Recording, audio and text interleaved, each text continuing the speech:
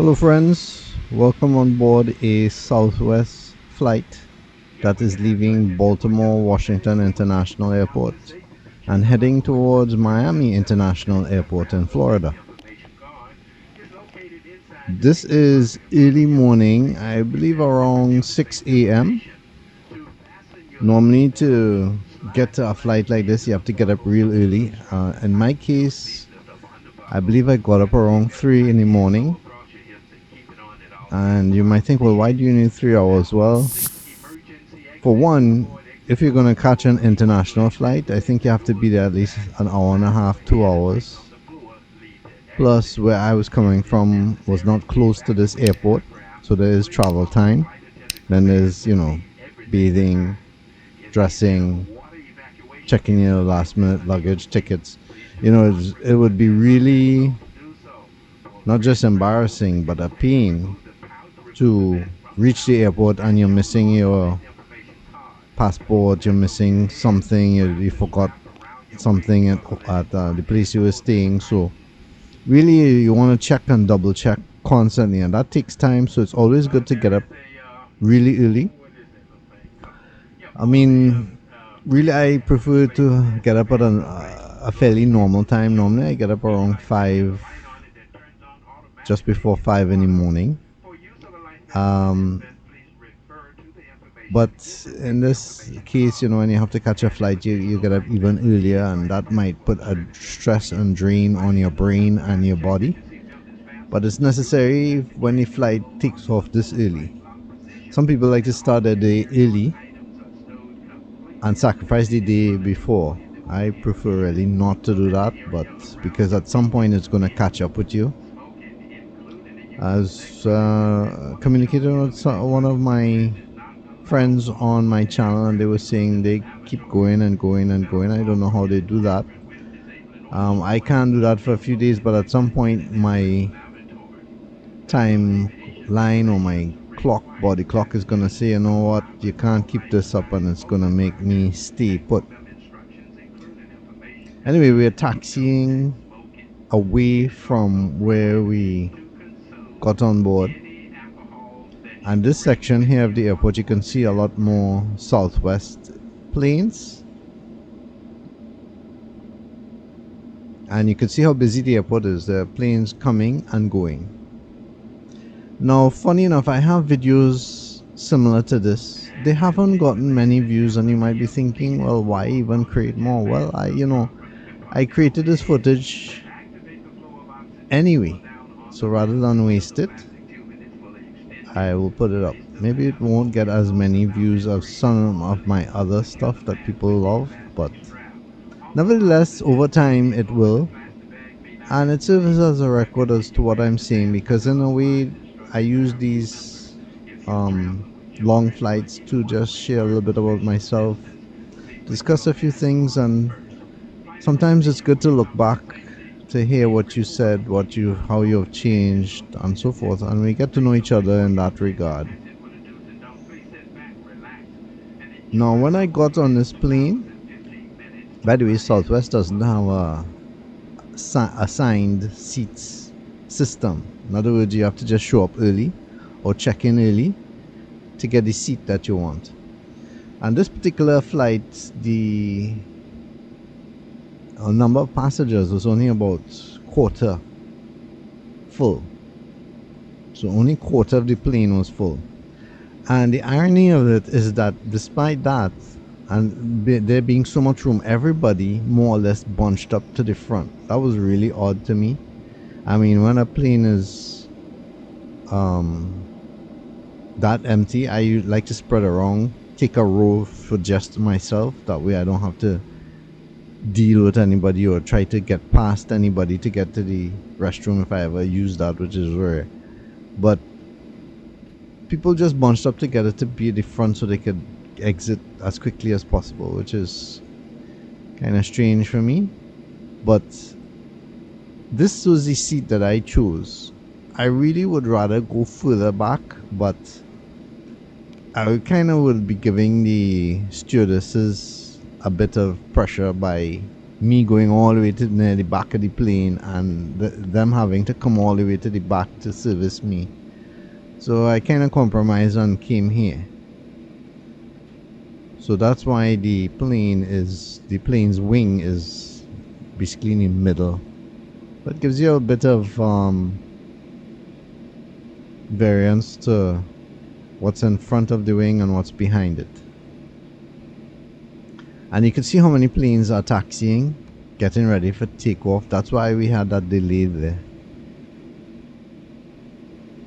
Now you might think, oh, I've seen this all before, and why even show that? I know what it's like to be on a plane. Well, congratulations, you are 5% of the world's population that have actually been on a plane.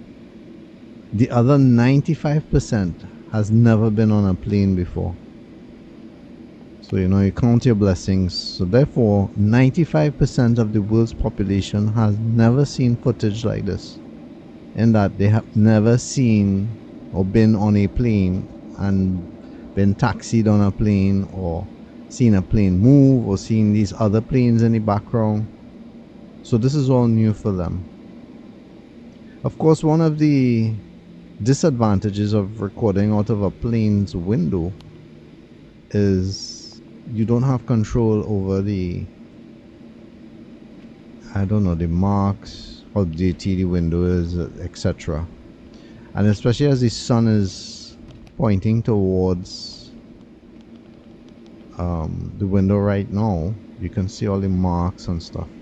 But that will change as we change direction too.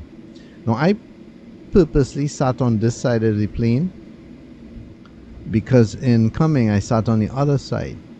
So I sat on this side because I knew that in going south, we would be, all the land would be in this view, and on the other side it would be the sea. So it's kind of a calculation where you sit based on where you want to record. You have to think in your mind, which direction the plane will be flying and where it's most likely to pick up the view. So it's not like I'm just randomly sitting anywhere I feel like on the plane. I am thinking about where I'll pick up the most stuff. One of the things that I was glad to that I didn't encounter on this trip was any Karens. I see some videos. I really don't watch that stuff much, but some of my family members do, and they would pull me over and say, "Look at this." And Karens are lady folk who like to make a ruckus anywhere about anything, and they go over the top where they start shouting and telling people what to do, and sometimes in some cases getting aggressive or violent, and the police have to come.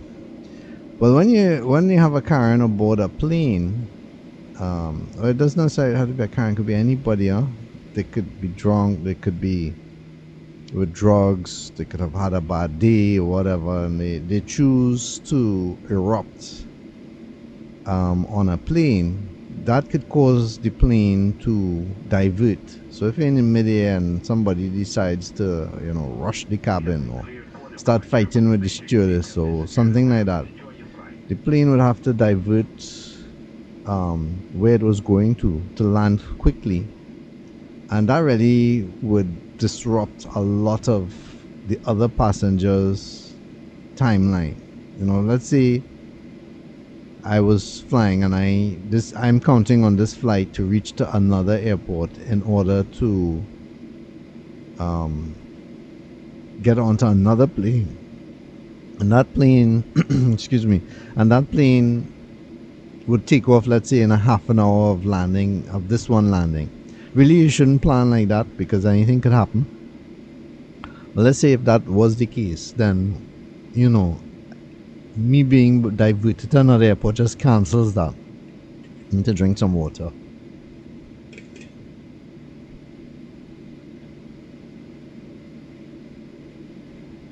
I'm not used to talking this much. Relatively quiet person, so my throat just decided to become very dry. So really, if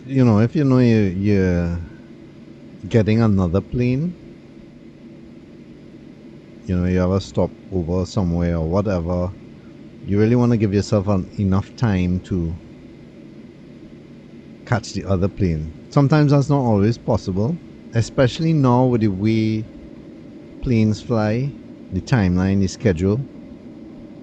A lot of them are bunched together, so you'll get flights going to one place all at the same time. So it's not like you could choose, oh, this airline goes at this time and this. No, they all tend to go at the same time, which is a bit annoying. You want to be able to be flexible, but I guess airlines have gotten smarter, not to our advantage, not to the customer's advantage, in that they plan stuff based on where they can maximize the amount of seats and money they can make.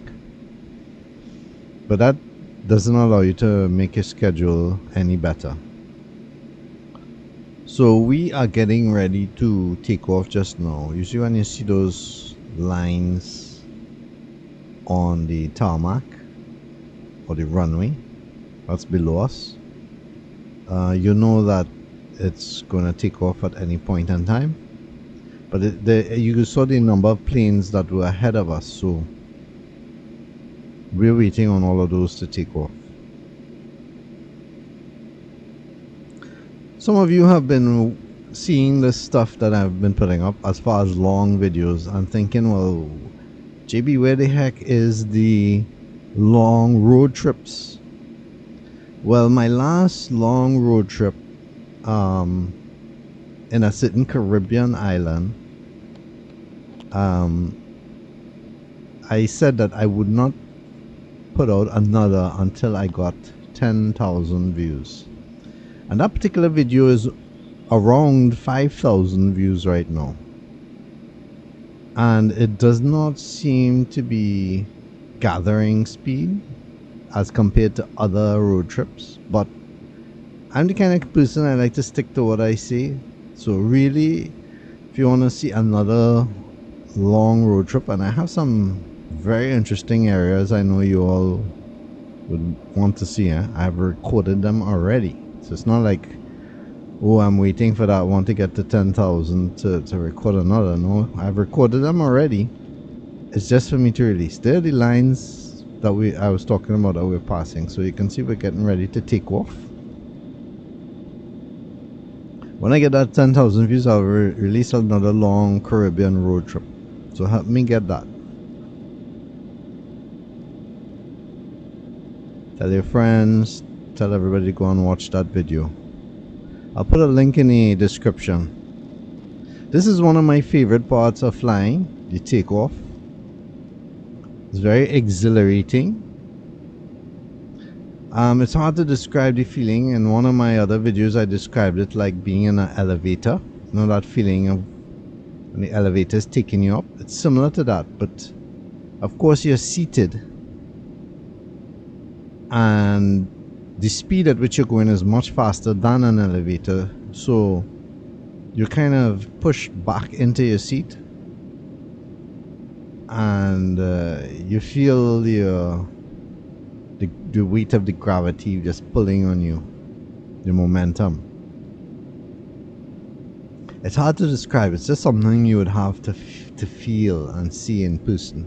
I know, like I said, it's only 5% of the world that experiences this.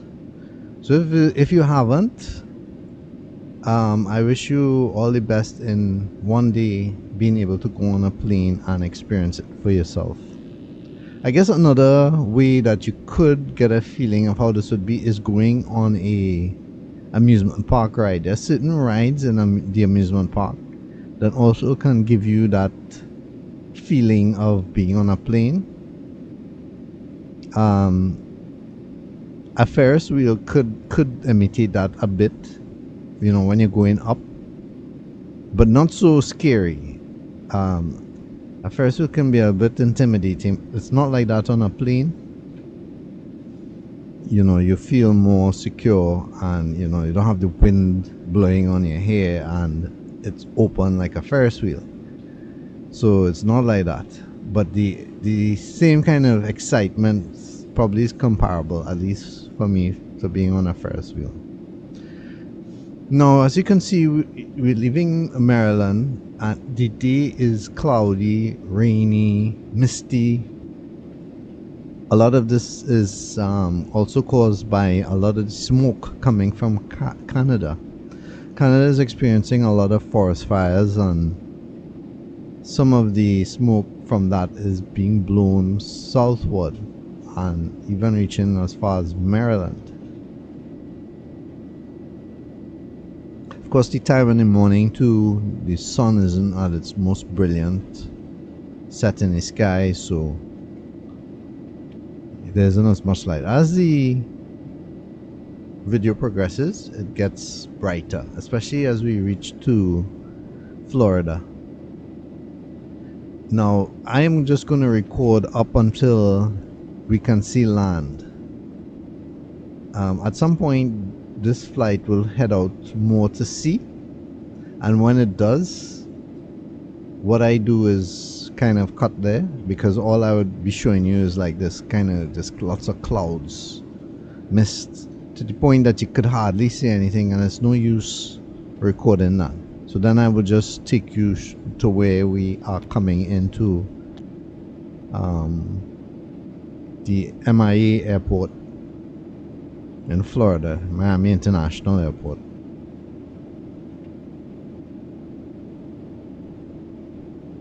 But this is a lot of what you actually see when you're flying, clouds like this. You don't see as much land or sea, because most of the flight tends to be above clouds, so the clouds tends to block everything. So now we have left that area and we are heading towards Florida, and you can see a lot of what's below.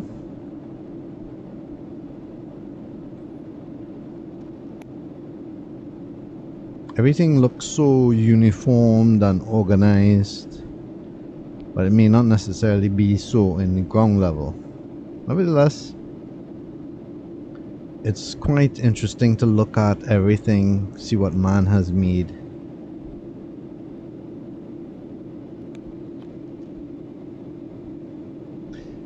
To get from BWI to MIA, it's about 2.5 hours of flying.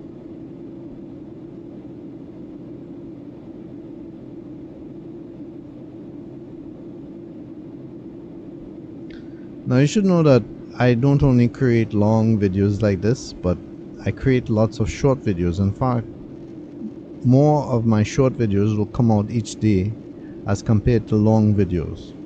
And in these short videos, they may seem random, but actually are connected to a lot of things in my life.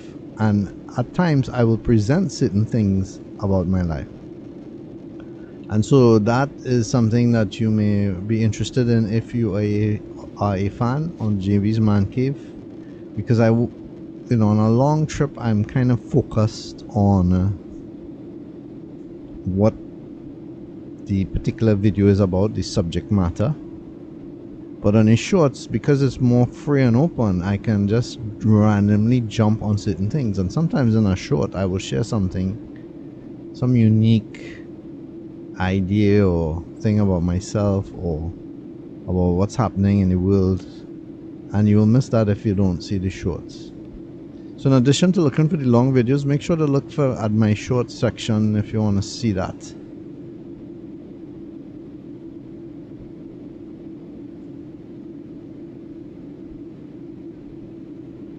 And how has your week been? There's some of you who are very good at coming back and keeping up with my videos and commenting and telling me about what's going on with you, and I really appreciate that. I like to stay in touch. I like to know how my friends are doing. If you look near to the center of the screen, you could actually see a small plane that's flying right below us, heading to the bottom of the screen now. Do you see it? So planes fly at different elevations. and that keeps them from hitting each other. And you can see all these ships in the ocean, and all the patches, I believe, is seaweed, those brown blobs in the water.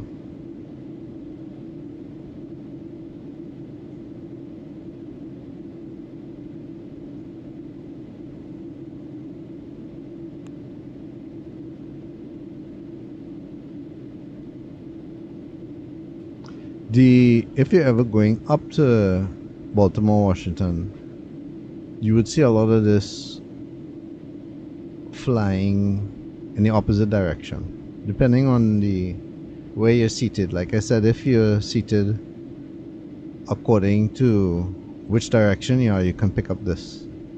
If you're in the opposite direction or the opposite window seat, then you will just be seeing the ocean and nothing more. It's not going to be as eventful. So when planning your window seat, try to consider that if you want to see land. And if some people are directionally challenged, that is actually a challenge. It's not just something of a figment of your mind. If that happens to you or you're not sure, just ask the stewardess, the flight attendant, when you're getting on board the plane, which seating area, which window seats will most likely pick up the most land. They will be able to tell you from their own experience, and even can find out from the captain on your behalf. That's particularly true with Southwest, because like I said, they don't have set seats, so you can wait until you get there to the plane to then decide where you want to sit. Not so much so where an airline has set seats, then you can't really decide anything.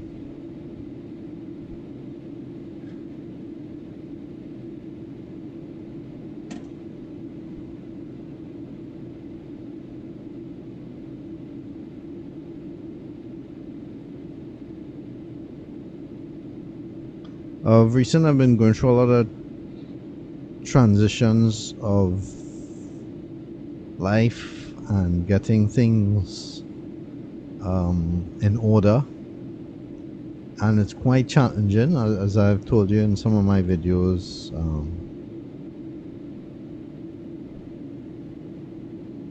Sometimes I pause to think how to say or what to say, but basically it's really tough when you have to transition your life from one way of living to the next, especially with regards to those that you love and so forth. And I'm going through a lot of that right now. Right now too, I'm trying to sell a lot of the things that I have, my truck and stuff. I've got rid of a lot of things that I needed to get rid of, and by selling it cheap, it kind of flew out the door. But that doesn't always happen, even when you sell it cheap, especially with some buyers in my home country. They even want it cheaper. It's like ridiculous sometimes. It's a loud motorcycle passing there.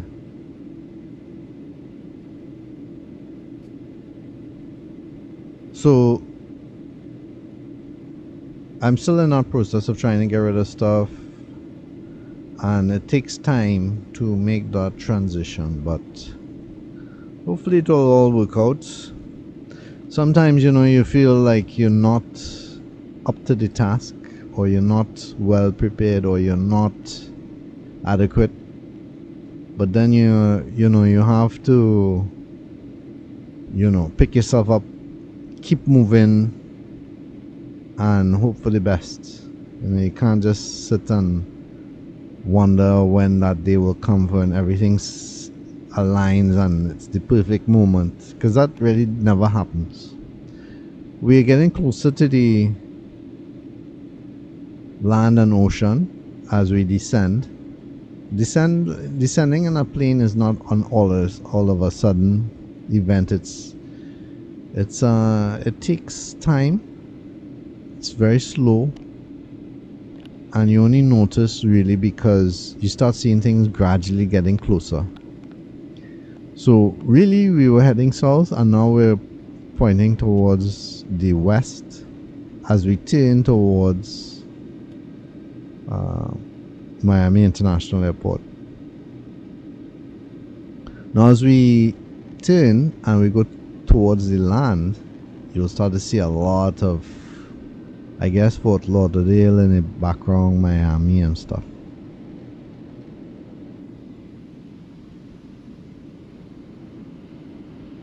That's what it's like to see inside a plane. I think I might show you a bit more later. There you go. That's inside the plane. The seats are tall enough that you really don't see the person in front of you unless they are themselves are particularly gigantic. But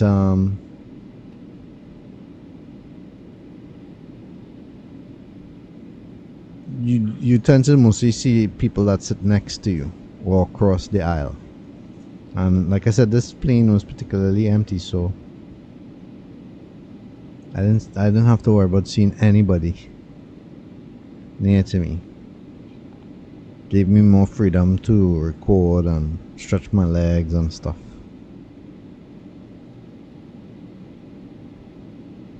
Some people will put up the rests on a row of seats if nobody else is there and sleep there.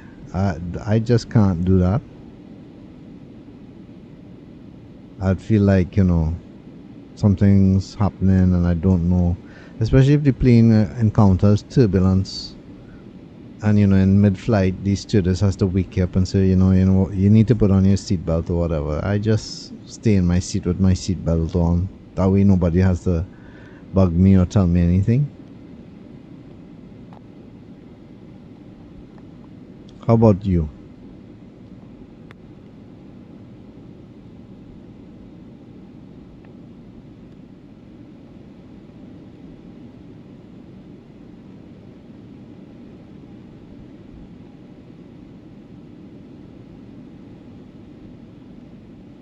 I would say the time now is around 8, a little after 8 in the morning. By the time we get on the ground, it'll be around 8:30, 8:45. And you can see the land, the coastline coming up. One of the nice things about Florida is that it maximizes the use of its coastline so that there's one big long beach. That's something that for me should be done in other places, and you all know where I'm talking about, where it seems all the opposite, where you could hardly get access to the beach. I just don't understand that. Anyway, you can see all the prime land below. Any land usually near a coast or the sea will tend to cost more than elsewhere. Those properties inland. So right now you're just looking at prime real estate.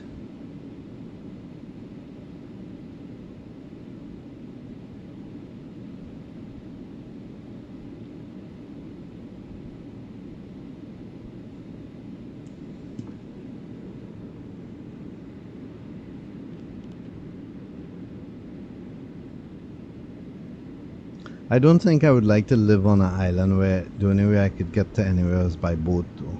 I mean, I like access to a road right away. So I like how they have those connecting roads to these satellite islands. That's good. But if you notice, there are islands where the only way you could get to them is by a boat. And I don't think I would like that much. So we're getting more inland now, leaving the coast. And as such, you get to see more of Florida below.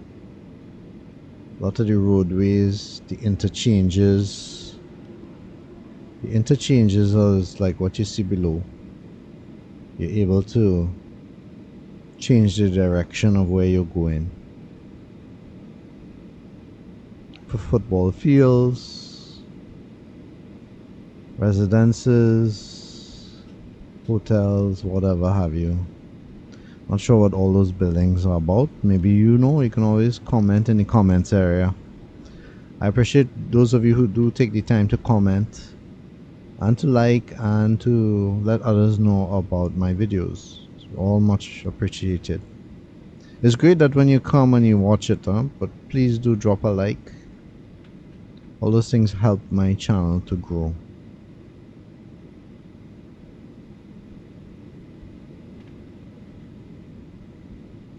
So at this point in time, we're getting ready to land at some point. You can see the land getting closer and closer.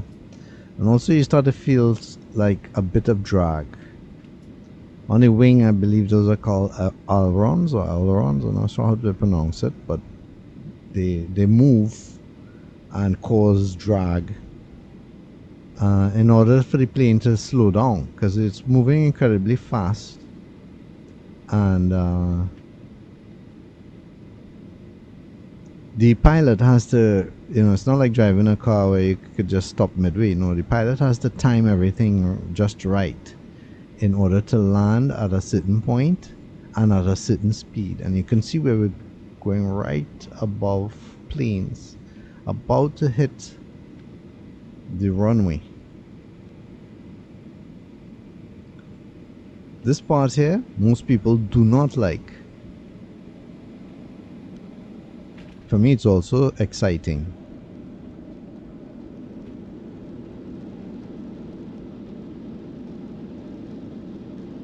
The reason they don't like it is because, well, you can't experience it because there's stabilization on this video. But when the wheels make contact with the runway, it starts to rumble. There's a lot of weight coming from above, hitting the ground with gravity. And if the plane is not totally leveled, it can rumble even more. So really that is actually the test of a pilot's skills, not so much the flying in the air, but it's the landing and the takeoff, but more so the landing, because when you think about it, it still amazes me that the amount of weight, tons of weight up in the air. I mean, look at how man has reached, from digging up the ground to find food to being able to take a massive metal, people weighing tons, and fly them through the air. It always amazes me to think about that. Who knows where we will be in 100 years from now? Hopefully not extinct with the way man is going. So this is Miami International Airport. And in passing, you can see an American Airlines plane.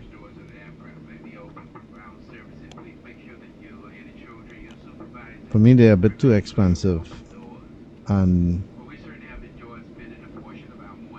I didn't see, flying on them before, I haven't seen any miraculous amount of service that would make me go back there. I like service of Southwest and that they keep their prices low. I know they're not paying me to say that, I'm just telling you that.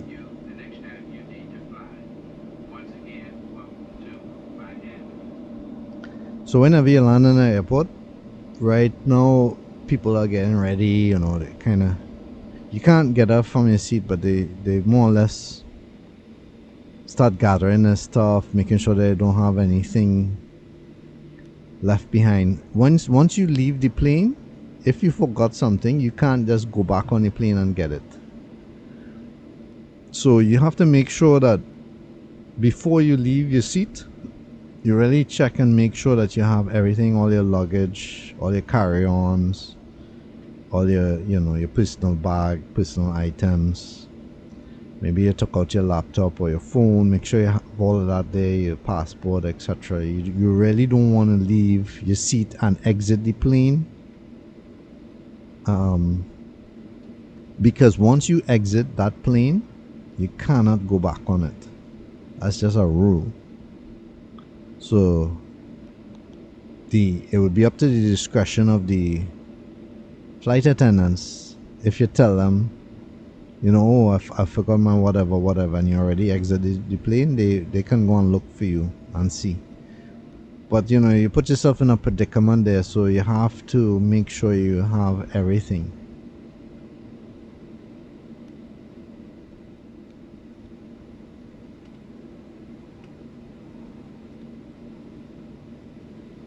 Now, in airports as big as Miami International, this part here could be quite a while,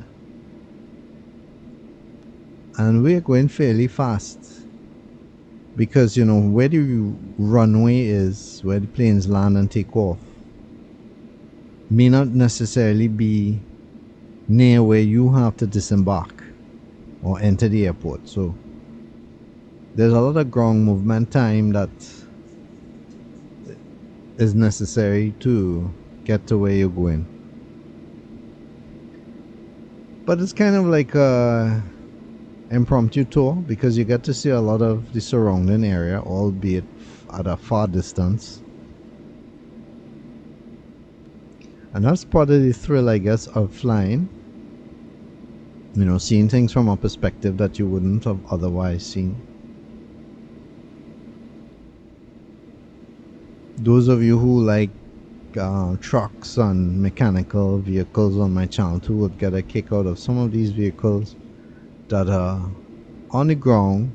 Sometimes you will see very unusual mechanical vehicles, and sometimes you will see the ground crew and their thing. You see that guy, for instance, in the center of the screen with the sticks and his hands in the air. Usually when you see that guy, okay, you're getting close. He directs the plane to turn.